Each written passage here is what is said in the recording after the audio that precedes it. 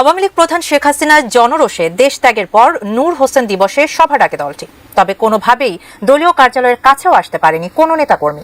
এ নিয়ে কড়া বার্তা দিয়েছে যুক্তরাজ্যের মানবাধিকার সংস্থা অ্যামনেস্টি ইন্টারন্যাশনাল ও মার্কিন পররাষ্ট্র দপ্তর। বাংলাদেশ নিয়ে আমেরিকা যুক্তরাষ্ট্রের নবনির্বাচিত প্রেসিডেন্ট ডোনাল্ড ট্রাম্প কি করবেন, এই নিয়ে শুধু বাংলাদেশ বা ভারতের সংবাদ মাধ্যম নানা রকম জল্পনা কল্পনা করছে তা নয়, আমেরিকাতেও এই নিয়ে বিস্তর কথাবার্তা চলছে।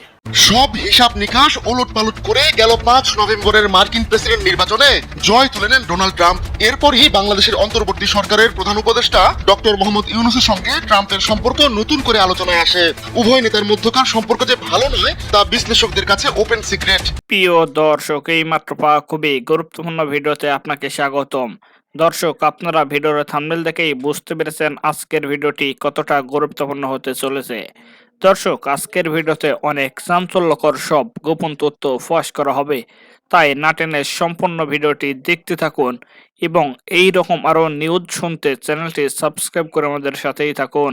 তো চলুন দর্শক, কথা না বাড়িয়ে আমরা মূল ভিডিওতে যাই। ট্রাম্প প্রেসিডেন্টের দায়িত্ব নেবেন 20 জানুয়ারি, আজ থেকে মোটামুটি 2 মাস পর। বাংলাদেশের যা বর্তমান পরিস্থিতি তাতে 2 মাস কিন্তু অনেক সময়। এই অনেক সময় যে 2 মাস, এই 2 মাস অনেক সময় খুব দ্রুত গৃহযুদ্ধের দিকে এগিয়ে যাচ্ছে বাংলাদেশ, খুব দ্রুত। আমেরিকা ও ভারতের হস্তক্ষেপ অত্যন্ত জরুরি এখন। আর এই হস্তক্ষেপের প্রথম প্রধান ও একমাত্র নিদান হচ্ছে ইউনূসের এই সরকারের বদলে নির্বাচিত সরকারের হাতে ক্ষমতা হস্তান্তরিত করা।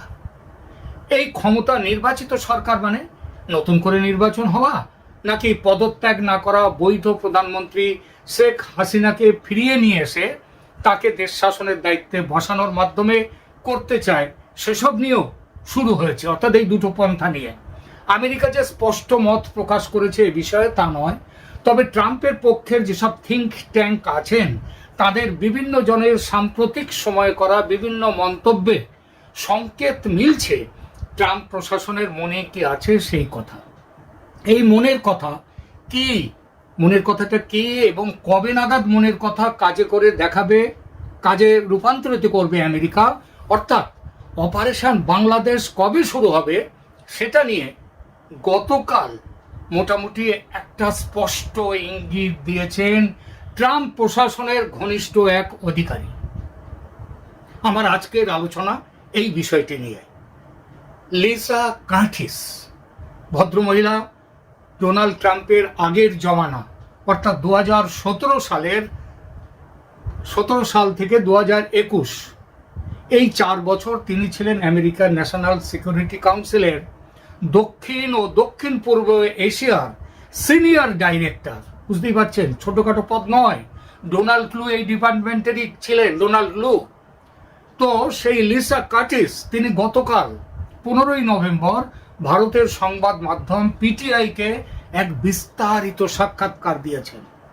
এই সাক্ষাৎকারে তিনি বাংলাদেশের বর্তমান অবস্থা কতটা খারাপ, জঙ্গিবাদ কোন পর্যায়ে পৌঁছেছে, আমেরিকার কত দ্রুত এই পরিস্থিতির পরিবর্তনে এগিয়ে আসা উচিত, এই পুরো ব্যাপারটা নিয়ে তিনি কথা বলেছেন।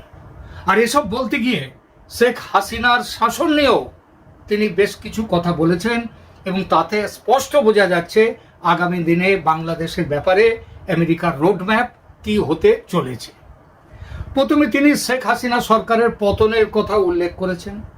এই প্রসঙ্গে বলেছেন, খুব মেপে ঝুঁকে কথা বলেছেন যে দেশে গণতান্ত্রিক প্রক্রিয়া আরো শক্তিশালী করার বিষয়ে বাংলাদেশের জনগণের আকাঙ্ক্ষা উল্লেখ করেছেন। বলেছেন দেশের মানুষের আশা ছিল যে শেখ হাসিনার পতনের পর গণতন্ত্র মজবুত হবে। অর্থাৎ এটাতে বোঝা যাচ্ছে শেখ হাসিনার আমলে গণতন্ত্রের অবস্থাটা যে খুব একটা মজবুত ছিল না সেটা প্রমাণ হচ্ছে, সেটা কথাটাও তিনি বললেন। অর্থাৎ হাসিনার শাসনে দেশের গণতান্ত্রিক কাঠামোর দুর্বলতার দিকটি তিনি কিন্তু এড়িয়ে গেলেন না, মানলেন কিছুটা। হাসিনাকে ক্লিন চিট দিলেন না, মেনে নিলেন অন্যায় অত্যাচারের কথা। এটা যদি কম মাত্রায় হতো তিনি অবশ্যই এড়িয়ে যেতেন, উল্লেখ করতেন না। কিন্তু এটার উল্লেখ করে তিনি বুঝিয়ে দিলেন ট্রাম্প প্রশাসনও কিন্তু ভবিষ্যতে এটা মনে রাখবে। অর্থাৎ হাসিনাকে ক্ষমতায় বসালেও সেখানে গণতান্ত্রিক প্রক্রিয়া যাতে শক্তিশালী হয় সেই ব্যবস্থা কিন্তু ট্রাম্প করবেন, সেদিকে নজর রাখবেন।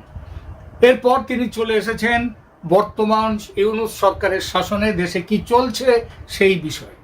তিনি বলেছেন এই সরকারের আমলে সমস্যা বেড়ে গেছে, ইসলামী উগ্রপন্থীদের জেল থেকে মুক্তি দেওয়া হয়েছে, ধর্মীয় সংখ্যালঘুদের ওপর আক্রমণ শুরু হয়েছে মানে বেশ জোর কদমে চলছে। বাংলাদেশের ইতিহাসে সন্ত্রাসবাদের ভূমিকার উল্লেখ করেছেন তিনি, বিশেষ করে 2016 সালের হলি অ্যাটিসন বেকারি ঘটনার উল্লেখ করেছেন, বলেছেন আইসিস জঙ্গিদের কথা। এবং এই প্রসঙ্গে জঙ্গিবাদ দমনে হাসিনার ভূমিকার ভূয়সী প্রশংসা করেছেন।